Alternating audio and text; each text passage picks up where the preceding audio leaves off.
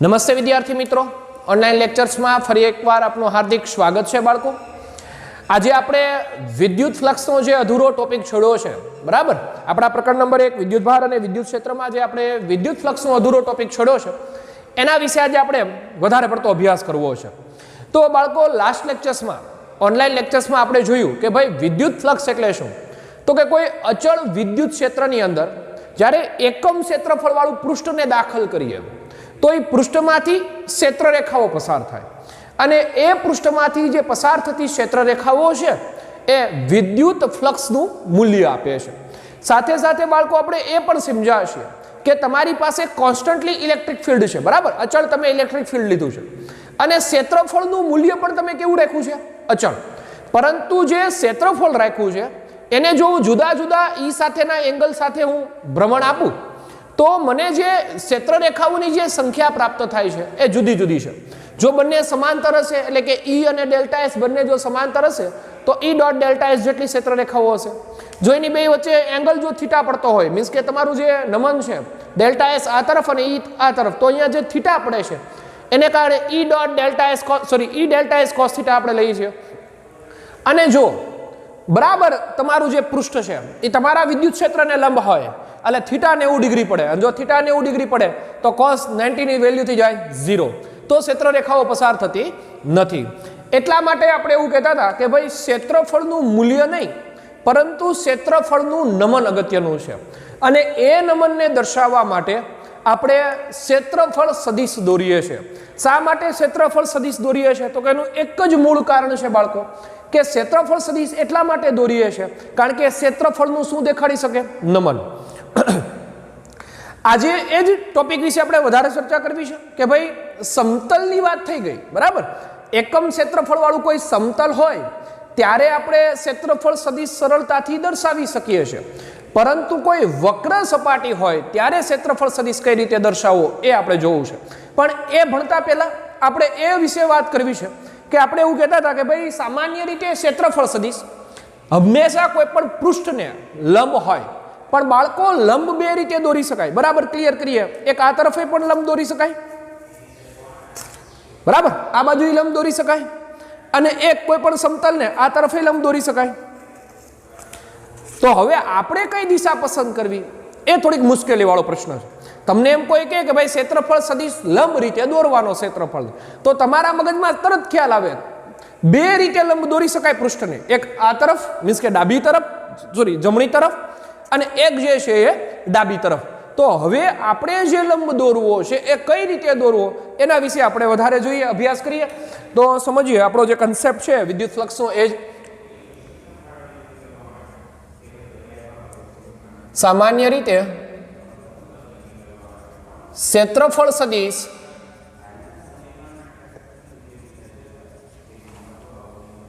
એ પૃષ્ઠને લંબ રીતે દોરવામાં આવે છે.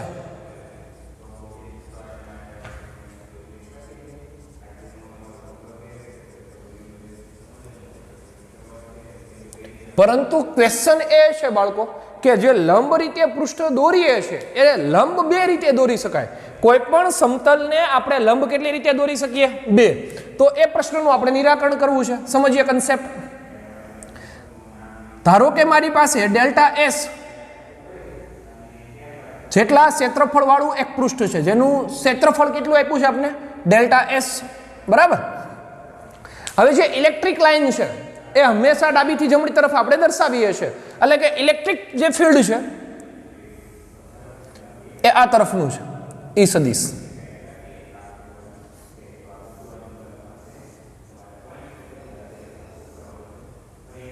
આ થયું આપણું ઇલેક્ટ્રિક લાઇન્સ, ઇલેક્ટ્રિક ફિલ્ડ સાથેનો કન્સેપ્ટ, બરાબર. એટલે કે ઇલેક્ટ્રિક ફિલ્ડ આપણું કઈ તરફ છે ભાઈ, તો કે ભાઈ જમણીથી કઈ તરફ છે, ડાબી તરફ છે. અને હવે આપણે જે પૃષ્ઠ દોર્યો છે પૃષ્ઠને બે રીતે લંબ દોરી શકીએ. એક જે લંબ થશે એ હશે ઈ સદિશની દિશામાં, એટલે કે ડેલ્ટા એસ ઈ સદિશની દિશામાં હશે. તો ક્ષેત્રરેખાઓની સંખ્યા કેટલી થાય, તો આપણે જાણીએ છીએ ક્ષેત્રરેખાઓની સંખ્યાનું જે સૂત્ર છે આપણે ભણીને આવ્યા છીએ. ક્ષેત્રરેખાની સંખ્યા કેટલી બનશે, ક્ષેત્રરેખાની સંખ્યા ભાઈ, તો કે ક્ષેત્રરેખાની જે સંખ્યા બનશે એ બનશે ઈ ડેલ્ટા એસ, બરાબર. પરંતુ જો એનું કારણ ઈ ડેલ્ટા એસ કોસ થીટા સાથે સંલગ્ન થાય તો અહીંયા બે વચ્ચેનો થીટા કેવો છે ભાઈ? 0 છે. એટલે અવલોકનકાર ક્યાં છે એ ખૂબ જ અગત્યનું છે કે તમે કઈ તરફથી અવલોકન કરી રહ્યા છો, બરાબર. એકમ ક્ષેત્રફળને કઈ તરફથી અવલોકન કરી રહ્યા છો? જો વિદ્યુત ક્ષેત્રની દિશામાંથી અવલોકન કરીએ એટલે આપણો ઈ સદિશ અને ડેલ્ટા એસ બંને જો એક દિશામાં અહીંયાથી અવલોકન કરું તો બંને વચ્ચેનો એંગલ હું કેટલો ભાળું? થીટા બરાબર 0. તો બનશે ઈ ડેલ્ટા એસ. પરંતુ જો મારું અવલોકન એનાથી વિરુદ્ધ દિશામાં થાય, વિરુદ્ધ દિશામાં થાય એટલે ડેલ્ટા એસ જે પેલા આ તરફ હતો હું જોતો તો એ તરફ જ બહારની તરફ હતો, બરાબર. હવે ખુદ અવલોકનકાર બદલ્યો છે, અવલોકનકાર બદલીને પેલી સાઈડ જશે તો પેલી સાઈડ જશે તો હવે એને જે ડેલ્ટા એસ છે ક્યાંથી ભાળવું પડશે? બહાર તરફ આમ જોશે ને. તો ક્લિયર છે કે જો તમે અવલોકનકાર અહીંયા હશો તો તમારો જે ડેલ્ટા એસ છે આ તરફ હશે અને જો એ તરફ હોય તો ઈ અને ડેલ્ટા એસ વચ્ચેનો ખૂણો કેટલો બની જાય? 180 ડિગ્રી બને, બરાબર. રોટેશન થશે. ઈ સદિશ તો એ તરફ છે, ડેલ્ટા એસ આ તરફ છે, તો આ જે ટોટલ ખૂણો થયો એ કેટલો થયો? તો કે 180 ડિગ્રી. પરિણામે અહીંયા જે ક્ષેત્ર રેખાઓની સંખ્યા આપણે પ્રાપ્ત થાય, ક્ષેત્ર રેખાની સંખ્યા એ કેવી પ્રાપ્ત થશે? તો કે ભાઈ માઇનસ ઈ ડેલ્ટા એસ. એનું કારણ કે cos 180 ની વેલ્યુ કેવી થઈ જશે ભાઈ? cos 0 is 1, cos 180 minus 1. તો આ જે કન્ડિશન થઈ, હવે ક્ષેત્ર રેખાઓની સંખ્યા આપણે માઇનસ લેતા નથી. એટલે હંમેશાને માટે આપણે યાદ રાખશું કે ભાઈ તમે ક્યાંથી અવલોકન કરો છો, બરાબર. આ સેમ કન્ડિશન છે. ઈ સદિશ આપણું ક્યાં છે ભાઈ? તો કે હંમેશા જમણીથી ડાબી તરફ જ આપણે કોન્સ્ટન્ટલી ભણીએ છીએ, પણ તમે એને લઈ શકો ગમે એ રીતે, બરાબર. જમણીથી ડાબી તરફ એની દિશા હંમેશા ધનથી ઋણ તરફ હશે. એટલે આપણે અહીંયા આપણે આવું લીધું છે કે ભાઈ મારું જે ઈ સદિશ છે એ જમણી તરફથી કઈ તરફ છે? ડાબી તરફ. હવે હું અવલોકનકાર છું, જો હું આ પૃષ્ઠને આમ નિહાળું તો એનો મતલબ સાફ છે કે એ પૃષ્ઠ સદિશ ક્યાં હશે? બહાર તરફ હશે. એટલે બે વચ્ચેનો ખૂણો કેટલો પડતો હશે? 180 ડિગ્રી પડતો હશે, સોરી 0 પડતો હશે બે વચ્ચેનો ખૂણો. હવે જો હું અવલોકનકાર એ પૃષ્ઠને પાછળથી નિહાળવાનો પ્રયત્ન કરું તો મારું ઈ સદિશ આ જ છે, પરંતુ જે ડેલ્ટા એસ નો જે ખૂણો હશે, હવે હું જે ડેલ્ટા એસ ભાળું છું ક્ષેત્રફળ સદિશ, એ પાછળનો નહીં ભાળું. ક્યાંનો ભાળીશ? બહાર તરફનો ભાળીશ. એટલે જે મારો ડેલ્ટા એસ નો ક્ષેત્રફળ સદિશ છે એ આ તરફ હશે. તો અવલોકનકાર ક્યાંથી સમતલને જોઈ રહ્યો છે એને આધીન આપણે ક્ષેત્ર રેખાનો ક્ષેત્રફળનો શું દોરીએ છીએ? ક્ષેત્રફળ સદિશ. એટલે કન્ડિશન એ જ થઈ, જો તમે આ તરફથી જોવો તો બહાર તરફ જોવો છો અને આ તરફથી જોવો તો બહાર તરફ જોવો છો, તો હંમેશાને માટે ક્ષેત્રફળ સદિશ પ્રણાલિકા મુજબ આપણે ક્યાંથી લેશું? બહાર તરફનો. તો ખાસ યાદ રાખશું બાળકો, કોઈ પણ પૃષ્ઠને દોરેલો ક્ષેત્રફળ સદિશ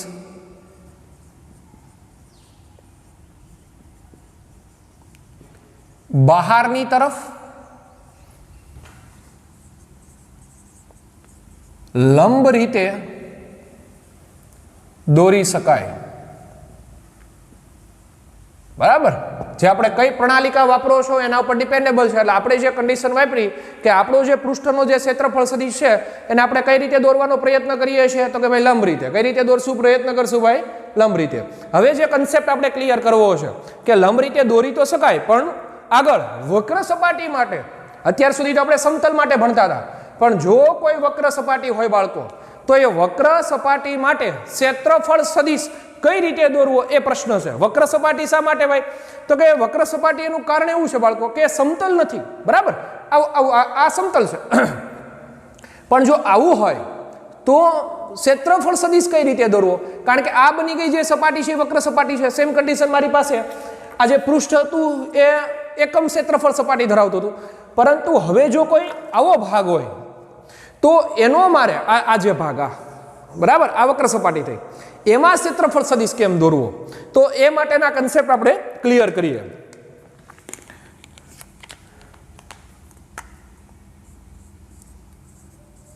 વક્ર સપાટી માટે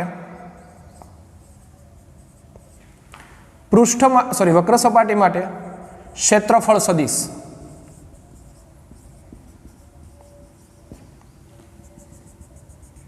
ચાલો આનું એક નાનું એવું આપણે ઘરેલું ઉદાહરણ લઈએ. બાળકો તમે કેળું જોયું હશે, બરાબર? મોસ્ટ ઓફલી કેળું થોડુંક બેન્ડ વળી ગયેલું છે, વળાક વળી ગયેલો છે. હવે જ્યારે એની તમે સ્લાઇસ બનાવો, કટકા કરો, ત્યારે એક વસ્તુ તમે ક્લિયરિફિકેશન નોંધશો કે એમાં તમે ક્યાંય પણ બેન્ડ ભાડ્યો હશે નહીં કે ભાઈ અહીંયા આ ભાગમાં શેપમાં જે કેળું થોડુંક બેન્ડ વળ્યું હતું ત્યાં એ કટકામાં પણ બેન્ડ આવ્યું, એવું ક્યાંય નહીં જોયું. કાકડી થોડી ઘણી વાંકી ચૂકી હશે તો આપણે જ્યારે એની સ્લાઇસ કરીએ ત્યારે દરેક સ્લાઇસ લગભગ સરખી હશે, ક્યાંય બેન્ડેડ સ્લાઇસ આપને મળશે નહીં. તો એનું કારણ શું છે? તો એક જ કે જે વાંકું હતું એને આપણે કઈ રીતે કર્યું? સીધું કર્યું, બરાબર?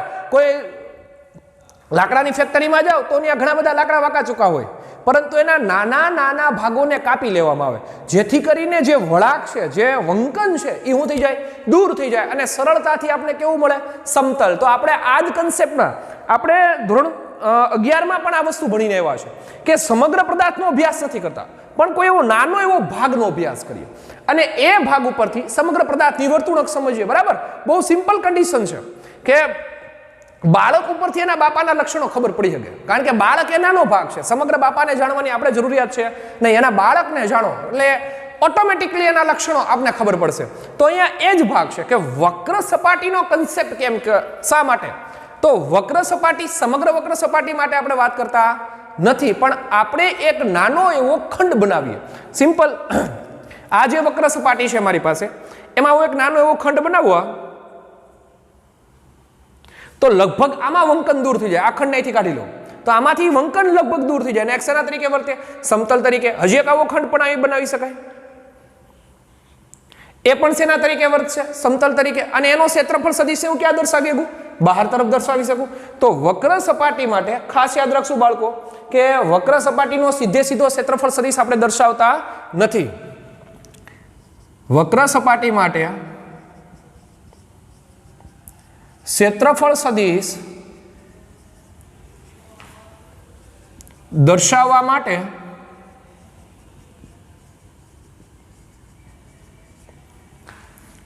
ક્ષેત્રફળ સદિશ વક્ર સપાટીને નાના નાના ખંડોમાં વિભાજિત કરીએ. શા માટે ભાઈ વિભાજિત કર્યું? તો એના બે રીઝન છે બાળકો, બરાબર?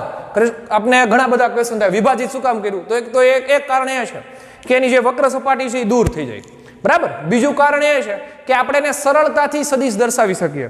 હવે આપણે કોઈ એમ કે ભાઈ ઘઉં સાફ કરવાના છે તો આપણે 10 કિલો ઘઉં એક સાથે લઈને નહીં બેસીએ, 10 કિલોમાંથી થોડા થોડા લઈ થાળીમાં અને આપણે એને સાફ કરવાનો પ્રયત્ન કરતા હોઈએ. શા માટે આવું કરીએ છીએ? એક તો એ સરળતા રહે, બીજું ચોકસાઈ વધારે રહે, કારણ કે જેટલી ક્વોન્ટિટી ઓછી એટલી ચોકસાઈ વધારે થાય. ક્વોલિટી કરતાં આપણે ક્વોન્ટિટી ઉપર ભાર આપીએ છીએ. તો બાળકો એ જ કન્ડિશન છે કે વક્ર સપાટી માટે ક્ષેત્રફળ સદિશ શું કામ સમતલ ખંડો શું કામ બનાવાય? એનું કારણ જ એક છે કે આપણે સરળતાથી ક્ષેત્રફળ સદિશને શું કરી શકીએ? દર્શાવી શકીએ. તો આકૃતિ વડે આપણે સમજીએ. ધારો કે કોઈ મારી પાસે આવો સમગ્ર અનિયમિત આકારનો પદાર્થ છે અને એમાં એક આપણે નાનો એવો એનો ક્ષેત્રફળ ખંડ દોરીએ, ભાગ પાડીએ, વક્ર સપાટી છે, બરાબર? તો આ જે ક્ષેત્રફળ થયો એ ડેલ્ટા એસ નામ આપી દઈએ આને. તો એનો જે પૃષ્ઠ ક્ષેત્રફળ સદિશ છે એને સિમ્પલી આપણે કયા રીતે દર્શાવશું? બહાર તરફ દર્શાવશું. તો આ થયું આપણું ડેલ્ટા એસ એન કેરેટ, બરાબર? એન કેરેટ શું દેખાડે છે અહીંયા? તો કે એન કેરેટ જો ફક્ત તમે ડેલ્ટા એસ દેખાડશો તો ડેલ્ટા એસ એ તમારું ફક્ત ને ફક્ત મૂલ્ય આપે છે, પણ નામ આપીએ છીએ ક્ષેત્રફળ સદિશ. તો સદિશને ખાલી મૂલ્ય ન હોય પણ દિશા પણ હોય, અને દિશા દર્શાવવા માટે આપણે શું વાપરીએ છીએ? N caret. હવે જો આ પૃષ્ઠમાંથી સમાન રીતે ઈ સદિશ પસાર થતો હોય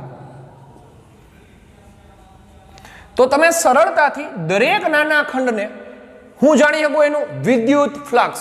તો બાળકો આપણો કન્સેપ્ટ જ એ છે કે વક્ર સપાટી માટે નાના ખંડોમાં વિભાજિત કરીએ અને ત્યારબાદ દરેક ખંડનું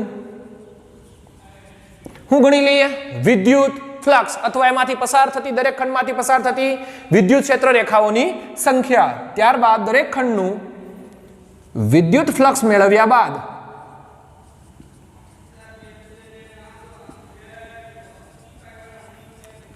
સમગ્ર ખંડોના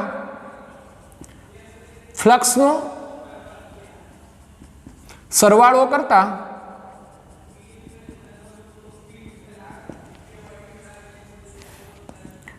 કુલ પદાર્થનું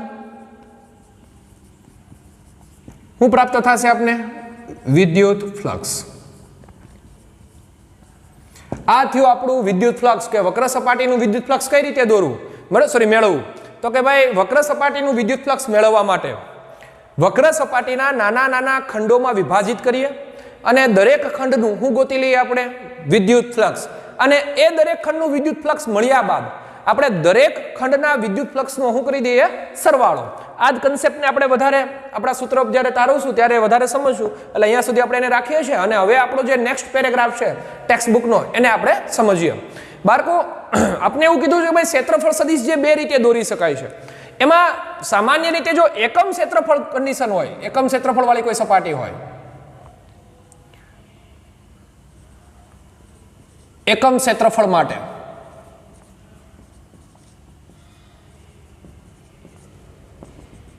બરાબર, એકમ ક્ષેત્રફળ માટે તો કોઈ પ્રોબ્લેમ છે જ નહીં, કારણ કે આપણે સરળતાથી શું દોરી શકીએ છીએ? ક્ષેત્રફળ સદિશ.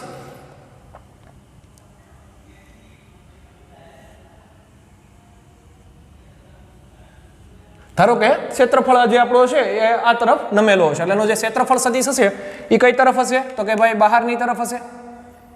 આથી આપણો ક્ષેત્રફળ સદિશ જેને નામ આપીએ આપણે ડેલ્ટા એસ, બરાબર.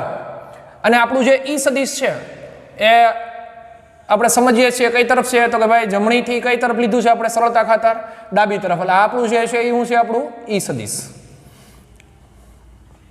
ક્ષેત્રફળ પણ કેવી રાશિ છે? સદિશ. તો એને સદિશ વડે દેખાડીએ. અહીંયા બંને વચ્ચે જે ખૂણો પડી રહ્યો છે ઈ સદિશ અને ડેલ્ટા એસ વચ્ચેનો જે ખૂણો છે એને હું નામ આપી દઉં થીટા, બરાબર.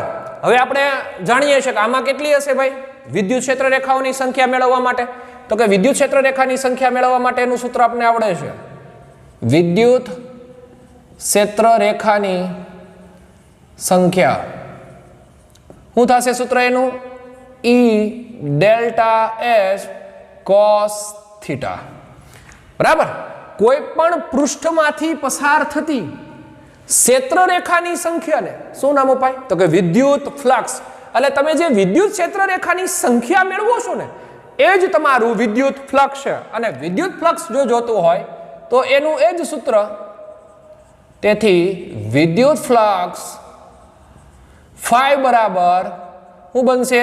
ઈ ડેલ્ટા એસ કોસ થીટા. આ થઈ ગયું આપણું વિદ્યુત ફ્લક્સ મેળવવાનું સૂત્ર. જ્યારે ઈ અને ડેલ્ટા એચ વચ્ચે કેટલો ખૂણો હોય? થીટા જેટલો ખૂણો હોય ત્યારે ફ્લક્સ કઈ રીતે મેળવવું? તો એનું સૂત્ર છે phi is equal to E delta S cos theta. બાળકો, અહીંયા આપણે ખાસ યાદ રાખશું કે બીજું કાંઈ છે નહીં, પણ કોઈ પણ પૃષ્ઠમાંથી પસાર થતી જે ક્ષેત્ર રેખાની સંખ્યા છે એ જ જે તે પૃષ્ઠનું શું દેખાડે છે? વિદ્યુત ફ્લક્સ, બરાબર. તો આના બે મતલબ લઈ શકાય. જે આપણે જે ફ્લક્સ મળે થીટા એ શું છે? તો કે ઈ અને ડેલ્ટા એસ વચ્ચેનો ખૂણો છે. અહીં થીટા એ ઈ અને ડેલ્ટા એસ વચ્ચેનો ખૂણો છે.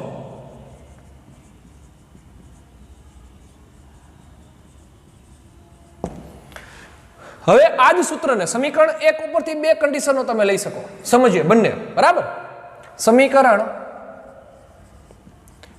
1 પરથી હું બે કન્ડિશન ફ્લક્સની મેળવી શકું. ફાઈ ઇઝ ઇક્વલ ટુ આમે લખી શકાય, જુઓ જી, ઈ કૌંસમાં ડેલ્ટા એસ કોસ થીટા. આ જ કન્ડિશનને આપણે આકૃતિમાં સમજીએ તો ઈ સાથે ડેલ્ટા એસ નો જે ઘટક છે એ બેનો હું લીધો છે મેં ગુણાકાર.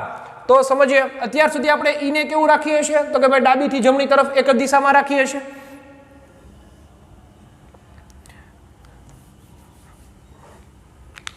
આપણો જે ખંડ છે એ આ તરફ છે, આવી રીતે નમેલો છે, મીન્સ કે બે વચ્ચે ખૂણો કેટલો છે? થીટા, બરાબર. તો આપણો ક્ષેત્રફળ સદિશ આ રીતે છે. ક્ષેત્રફળ સદિશ આમ હશે તો બહારની તરફ હશે આપણો ક્ષેત્રફળ સદિશ, એને દેખાડીએ. આપણો ક્ષેત્રફળ સદિશ ડેલ્ટા એસ આપણું જે ઇલેક્ટ્રિક ફ્લક્સ છે આપણને ખબર છે કે આવી રીતે આમાંથી શું થઈ રહ્યું છે, પસાર થઈ રહ્યું છે, આ ઇલેક્ટ્રિક ફિલ્ડ ઈ સદિશ. તો યાદ હોવું જોઈએ બાળકો, આપણે ભણીને આવ્યા છીએ કે આપણે એના બે ઘટકો વિશે વાત કરતા હોઈએ. જ્યારે આપણે સમતલમાં ગતિનો અભ્યાસ કરતા હતા ત્યારે સમતલની ગતિના અભ્યાસમાં આપણે એવું કહેતા હતા કે દ્વિપરિમાણમાં જો એક સદિશ દોરીએ તો સદિશ ઉપરથી એના માથા ઉપરથી x અક્ષ ઉપર લંબ દોરી શકાય, જેનું નામ આપણે આપી દઈએ. દાખલા તરીકે a હોય તો આનું વેલ્યુ થશે a cos θ. સેમ કન્ડિશન એના ઉપરથી એક અહીંયા પણ લંબ દોરી શકાય, જેને y એક્સિસ સાથે કન્સેપ્ટ ક્લિયર કરાવીએ તો આપણું આનું થશે a sin θ. બરાબર. તો અહીંયા આપણે જે ડેલ્ટા એસ ક્ષેત્રફળ સદિશ છે એના પણ બે ભાગો વિચારીએ. એક હશે ડેલ્ટા એસ sin θ અને એક હશે ડેલ્ટા એસ cos θ. તો મારે ઈ સદિશ ફ્લક્સ સાથે વાત કરવી છે તો બાળકો ખાસ ડેલ્ટા એસ નો કોના ઉપર લંબ દોર્યો, મેં કયા સદિશ ઉપર લંબ દોર્યો તો કે ઈ સદિશ ઉપર. એટલે ડેલ્ટા એસ પરથી ઈ સદિશ ઉપર દોરેલો શું છે લંબ અને એનો લંબ ઘટક. એટલે આમ કહી શકાય કે ફ્લક્સ એટલે શું તો કે એની બે કન્ડિશન તમે તારવી શકો. જે પહેલી કન્ડિશન છે આવી છે કે વિદ્યુત ક્ષેત્ર ઈ, બરાબર, ઓલરેડી વિદ્યુત ક્ષેત્ર ઈ અહીં છે અને તેના પર કોના પર તો કે ઈ ઉપર, તેના પર કોના ઉપરથી ડેલ્ટા એસ પરથી દોરેલો કેવો ઘટક, લંબ ઘટકનો શું છે બે વચ્ચે તો કે ગુણાકાર. આ થયો આપણો પહેલો કન્સેપ્ટ. બરાબર, કે વિદ્યુત ક્ષેત્ર ઈ એમને રાખ્યો આપણે અને કોનો ઘટક લીધો ડેલ્ટા એસ cos θ. હવે સમીકરણ 1 ઉપરથી બીજી રીતે જ થઈ શકે. સમીકરણ 1 પરથી હું લખી શકાય, જુઓ જી ભાઈ, 5 ઇઝ ઇક્વલ ટુ આવું પણ લખી શકાય, E cos θ into delta S, એટલે વિરુદ્ધ. બરાબર, અત્યાર સુધી ડેલ્ટા એસ cos θ હતું, હવે ડેલ્ટા એસ ની જગ્યાએ કોને આપણે લીધું ઈ ને, અને જ્યાં ડેલ્ટા એસ છે ત્યાં કોણ લઈ આવ્યા, સોરી ડેલ્ટા એસ હતું ત્યાં ઈ લઈ આવ્યા અને ઈ હતો ત્યાં કોણ લઈ આવ્યા ડેલ્ટા એસ. એનો મતલબ સાફ છે કે ખરેખર વિદ્યુત ક્ષેત્ર શું ભાઈ આ જ દિશામાં છે એવું જરૂરી છે નહીં. ઘણા બધા કન્સેપ્ટમાં વિદ્યુત ક્ષેત્ર આમ પણ હોઈ શકે. સમજીએ, ધ્યાન આપીએ ખાસ. બરાબર, જે આપણું ક્ષેત્રફળ છે એ વિદ્યુત ક્ષેત્રની દિશામાં ગોઠવાઈ જાય. જે પહેલા વિદ્યુત ક્ષેત્રની જે દિશા હતી એટલે કે કઈ દિશા તો કે ભાઈ જમણીથી ડાબી તરફ. એટલે આ તરફ જે ક્ષેત્રફળ છે એ આ તરફ ગોઠવાશે ડેલ્ટા એસ. પણ હવે જે આપણી ઇલેક્ટ્રિક લાઈન છે એ જે રીતે આપણું પહેલી કન્ડિશનમાં આપણો જે ક્ષેત્રફળ સદિશ હતો એ રીતે ગોઠવાય આપણી ઇલેક્ટ્રિક લાઈન. એવું જરૂરી નથી કે ઇલેક્ટ્રિક ફિલ્ડ આમ જ દર્શાવી શકાય. બરાબર, તમે આ પણ ઇલેક્ટ્રિક ફિલ્ડની લાઈનો છે એ પણ રીતે દર્શાવી શકો ઈ સદિશ. તો હવે જોઈએ આ બે વચ્ચે ખૂણો કેટલો પડી રહ્યો છે થીટા. તો આ જ કન્ડિશન અહીંયા આપણે જ્યાં વિદ્યુત ક્ષેત્ર ઈ લખીએ છીએ ત્યાં આપણે શું લખશું તો કે ક્ષેત્રફળ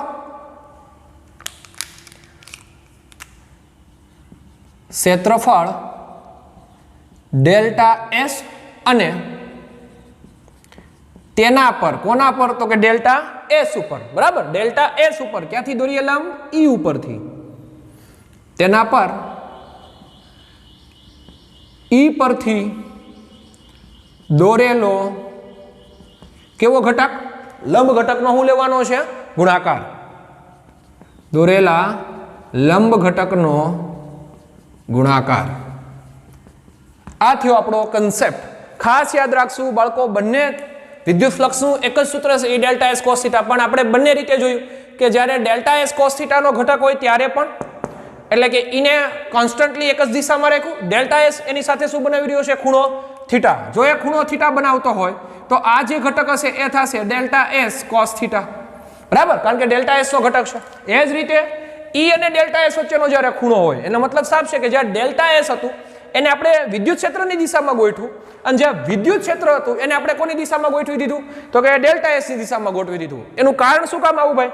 એનું રીઝન એમ છે કે ઘણા બધા ફિઝિક્સના કન્સેપ્ટમાં ઈ સદિશ આ જ દિશામાં હોય એવું જરૂરી છે નહીં. ઈ સદિશ આમ પણ હોઈ શકે તો એ કન્સેપ્ટને આધીન આપણે જે બીજું કન્ડિશન તારવી કે E cos θ dot delta S, આપણી ટેક્સ્ટબુકમાં આવું આપ્યું છે E લંબ ડેલ્ટા એસ, બરાબર, પણ કેવો ઘટક એનો છે તો કે લંબ ઘટક, અને લંબ ઘટક સાથેની આપણી વાત થઈ રહી છે. તો આ થયું આપણું વિદ્યુત ફ્લક્સના સૂત્રો અને એની સમજણ. હવે ફરીવાર આપણું જે વક્ર સપાટી માટેનું જે ક્ષેત્રફળ સદિશ હતું એનું ફ્લક્સ કેટલું થાય, બરાબર. તો આપણી પાસે E સદિશ કોન્સ્ટન્ટલી છે. આપણે જે વક્ર સપાટી હતી એના નાના નાના શું બનાવ્યા છીએ, ખંડ. દરેક ખંડનું ક્ષેત્રફળ સમાન હોય નહીં, એટલા માટે આપણે જે ફ્લક્સ મળશે એ પણ આપણે સમાન મળવાનું છે નહીં, બરાબર. તો જોઈએ વક્ર સપાટી માટે ફરીથી આ જ ટોપિકને ઉપાડીએ. વક્ર સપાટી માટે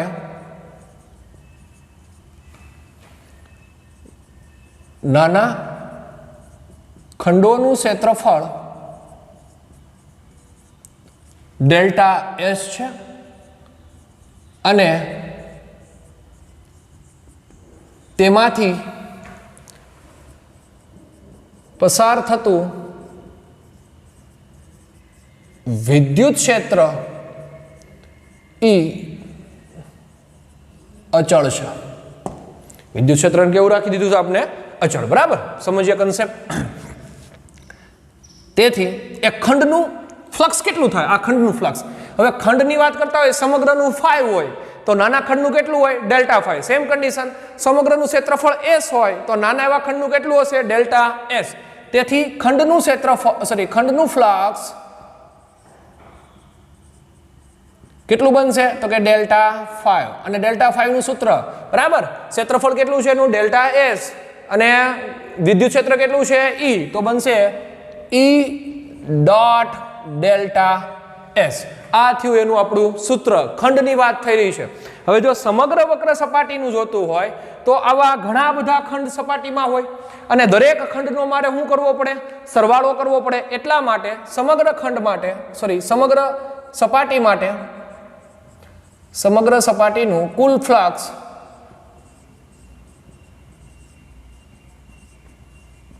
બરાબર.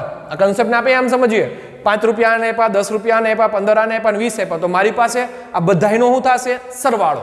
તો એ જ કન્ડિશન કે ભાઈ એક ખંડનું આટલું ફ્લક્સ, બીજા ખંડનું આટલું ફ્લક્સ, ત્રીજા ખંડનું આટલું ફ્લક્સ, તો કુલ સપાટીનું ફ્લક્સ કેટલું, અને કુલ સપાટીનું ફ્લક્સ મેળવવું હશે તો દરેકનું શું કરશું આપણે, સરવાળો. તેથી કુલ ફ્લક્સ ને શેના વડે દેખાડશું, 5. અને સરવાળો કરવા માટે આપણે શું વાપરીએ છીએ, સમેશન, બરાબર. સમેશન E ડોટ બની જશે ડેલ્ટા એસ થશે.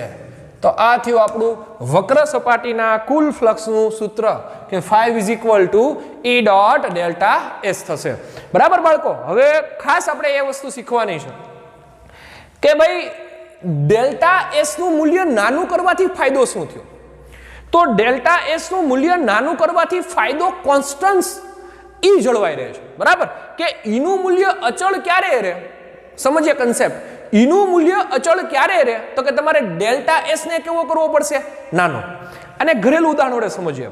કોઈ રિસેપ્શનમાં આપણે દાખલ થઈએ, બરાબર, કોઈની આપણે જમણવારમાં જઈએ છીએ તો એક વસ્તુ તમે ખાસ નોંધજો કે જે જમણવારમાં જે સૌથી મોંઘી વસ્તુઓ છે, જે જમવાની જે સૌથી મોંઘી વસ્તુઓ છે એનો જે સાઇઝ છે, જે આપણે જેમાં આપે છે, દાખલા તરીકે આપણે રબડી, ત્યાં જમણવારમાં રબડી છે અને રબડીનો જે વાટકો છે એ બીજા કરતા થોડોક સ્પેસ કેવો હશે એનો, નાનો.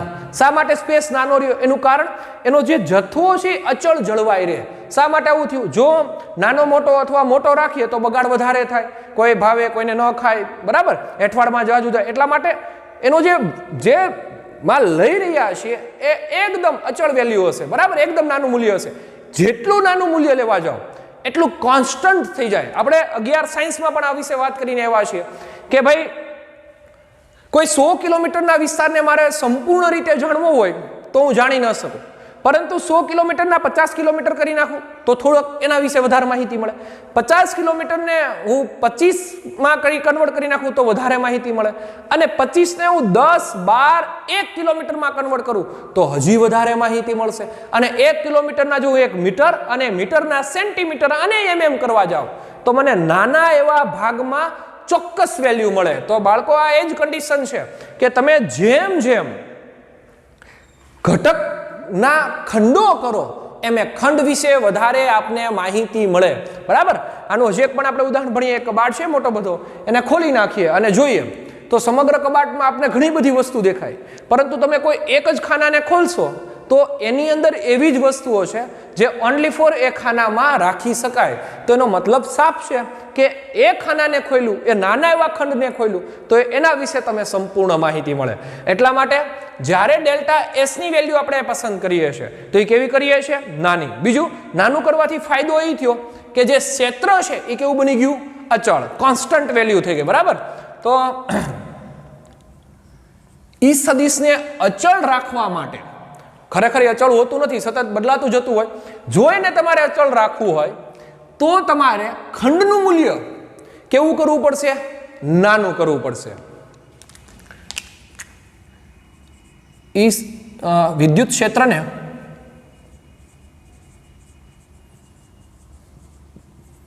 અચળ રાખવા માટે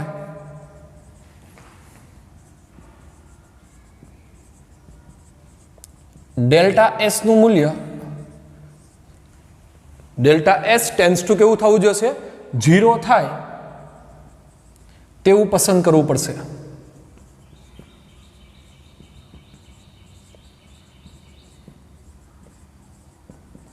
શા માટે આવું ડેલ્ટા એસ ટેન્ડ્સ ટુ 0? બરાબર, એ સમજાવે છે એવું કે એને લિમિટ બાંધી છે. ડેલ્ટા એસ નું મૂલ્ય 0 નહીં, પરંતુ કોની નજીક જઈ રહ્યું છે? તો કે 0 ની નજીક. 0 કરવાનું છે નહીં. જો ક્ષેત્રફળ ન હોય તો ફ્લક્સ મળે નહીં. એટલે આ સમજણ ખાસ યાદ રાખશું કે ડેલ્ટા એસ ટેન્ડ્સ ટુ 0 એવું દેખાડી રહ્યું છે કે ડેલ્ટા એસ નું મૂલ્ય 0 નથી, પણ કોની તરફ જઈ રહ્યું છે?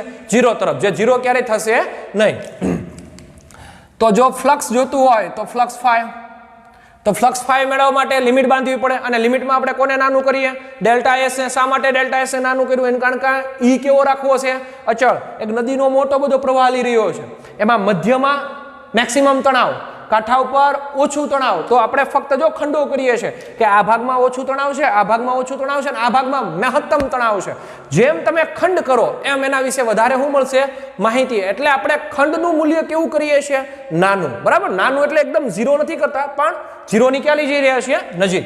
તેથી phi is equal to summation તો છે જ આપણી પાસે સૂત્ર, પણ આપણે એમાં ખાલી લિમિટ ઉમેરવાની છે. Delta S tends to 0. તેથી limit delta S tends to 0 summation E dot delta S. હવે આપણે એ જાણીએ છીએ કે લિમિટ અને સમેશન ભેગા થાય 5, લિમિટ અને ડેલ્ટા ભેગા થાય તો વિકલન થાય, અને લિમિટ અને સમેશન ભેગા થાય તો સંકલન થાય. એટલા માટે સૌથી પહેલું જે સ્ટેપ છે લિમિટ અને સમેશન, એ શેમાં કન્વર્ટ થઈ જશે? તો કે સંકલનમાં કન્વર્ટ થઈ જશે, બરાબર. શેની વાત કરી રહ્યા છે? તો કે સમગ્ર વક્ર સપાટીની વાત કરી રહ્યા છે. એટલે આપણે અહીંયા નામ લખીએ પૃષ્ઠ, વક્ર સપાટીનું પૃષ્ઠ, એના વિશે વાત કરી રહ્યા છે, બરાબર. આખી વક્ર સપાટીનું શું કરી દીધું? દરેકનું સંકલન. તો સંકલન કઈ રીતે એવું? તો કે લિમિટ અને સમેશન ભેગા થાય તો શું બનશે? સંકલન.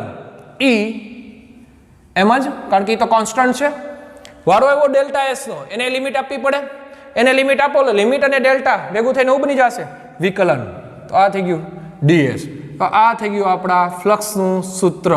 લ્યો, બરાબર. ખાસ આપણે આ વસ્તુ શીખ્યા છીએ કે ભાઈ ફ્લક્સ એટલે બીજું કાંઈ નથી. જો એક ખંડની વાત કરતા હોય તો delta phi is equal to E dot delta S, પણ સમગ્ર વક્ર સપાટીના ખંડોનું જો સોચવું હોય તો સમેશન ઓફ ઈ સદિશ ડોટ ડીએસ. આ ડીએસ એ શું છે? બીજું કાંઈ નથી પણ નાનો એવો ખંડ જ છે. હવે ખાસ બાળકો આપણે યાદ રાખશું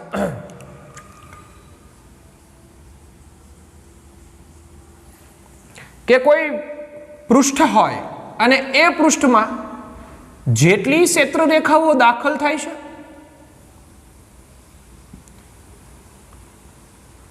બરાબર, 3 ક્ષેત્ર રેખા દાખલ થાય તો 3 ક્ષેત્ર રેખા બહાર નીકળે છે. તો આ પૃષ્ઠનું ફ્લક્સ કેવું બની જશે? ફાઈ બરાબર 0. શા માટે આવું થયું? બરાબર, કારણ કે વેલ્યુ કોન્સ્ટન્ટલી બની ગઈ.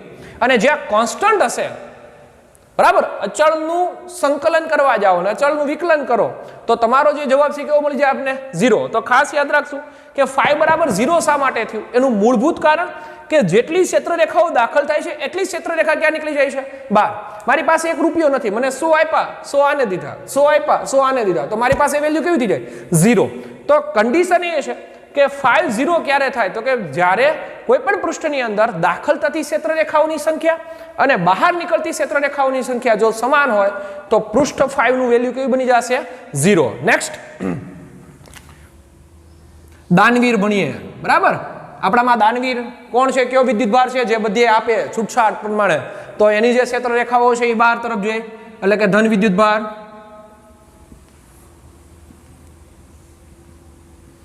તો જે દાનવીર હોય એની પાસે પૈસાની તાણ હોય નહીં, એનો મતલબ સાફ છે કે 0 કરતા વધારે રૂપિયા હોય, તો એનું ફ્લક્સ 5 ઇઝ ગ્રેટર ધેન કેવું બનશે? 0. કારણ કે એનું ફ્લક્સ હંમેશા 0 કરતા વધારે હશે, કારણ કે ક્ષેત્રરેખાઓ ક્યાં ફ્લીટ થઈ રહી છે? બહાર, બરાબર. અંદર જઈ નથી રહી, ફક્ત અને ફક્ત ક્યાં ફ્લીટ થઈ રહી છે? બહાર. અને બહાર ક્યારે આવે? જ્યારે મેક્સિમમ વેલ્યુ હોય. ડેમમાંથી પાણી ક્યારે બહાર આવે? જ્યારે ડેમની અંદર મેક્સિમમ પાણી હોય ત્યારે. તેનો મતલબ સાફ છે કે એનું ફ્લક્સ કેવું હશે? વધારે. નેક્સ્ટ ઋણ. બધાને ખબર છે ઋણની ક્ષેત્રરેખાઓ ક્યાં જતી હશે ભાઈ? અંદર તરફ.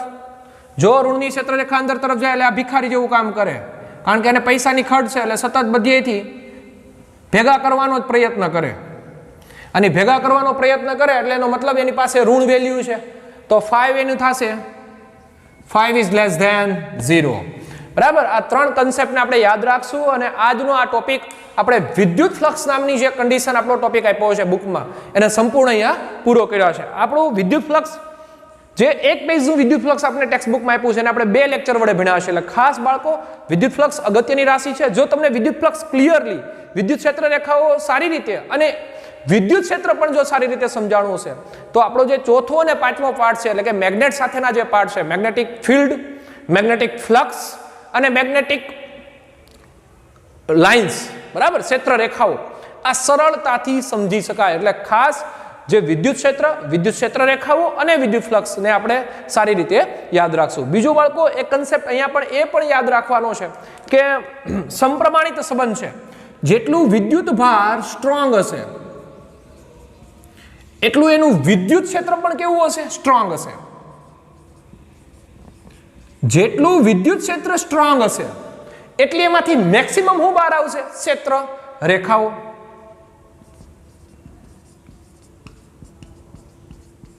અને જેટલી વિદ્યુત ક્ષેત્ર રેખાઓ વધારે આવશે એટલું કોઈ એકમ ક્ષેત્રફળમાંથી પસાર થતું વિદ્યુત ફ્લક્સનું મૂલ્ય પણ કેવું હશે? વધારે. એટલે આ ત્રણેય એકબીજા સાથે સમપ્રમાણિત સંબંધમાં છે. વિદ્યુત ભાર, વિદ્યુત ક્ષેત્ર રેખાઓ અને વિદ્યુત ફ્લક્સ. બરાબર. તો આજના લેક્ચર્સમાં આપણે આટલું જ ભણવાના છીએ. હવે પછીનો નેક્સ્ટ લેક્ચર્સમાં આપણે વિદ્યુત ડાયપોલ વિશે વાત કરવાના છીએ, એના અક્ષ પરના બિંદુએ અને એના વિષુવરેખા પરના બિંદુએ. અસ્તુ.